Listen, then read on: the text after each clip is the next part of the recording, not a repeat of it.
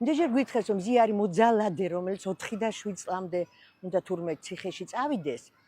იმიტომ რომ თავს დაესხა პოლიციას. ნუ ადამიანებო ხვარი რაღაც არის, თქმაც არ უნდა შეგვეძლოს, არა.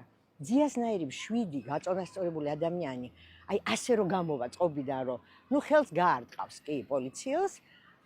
ალბათ იქ რაღაც უბედურება მოხდა, ხო? წინაპირობა არ უნდა იყოს ეს არაფერი გათვალისწინებული. სამარცხვინოა ამის გულისთვის.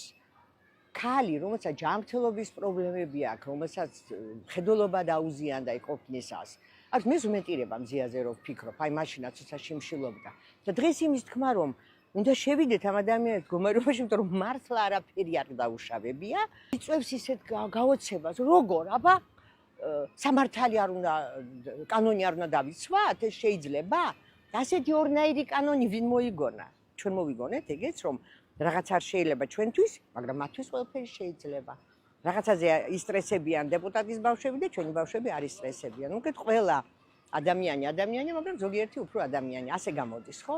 მაინც მაქვს იმედი, რომ ამ შემთხვევაში ეს დაუშვებელი რამ არ მოხდება და მზიას სასამართლოდან პირდაპირ გაანთავისუფლებენ. იმიდა ვუსურვო მას თავისუფლება, ჩემი სოლიდარობა მზიას და სინდისის ყველა პატიმარს.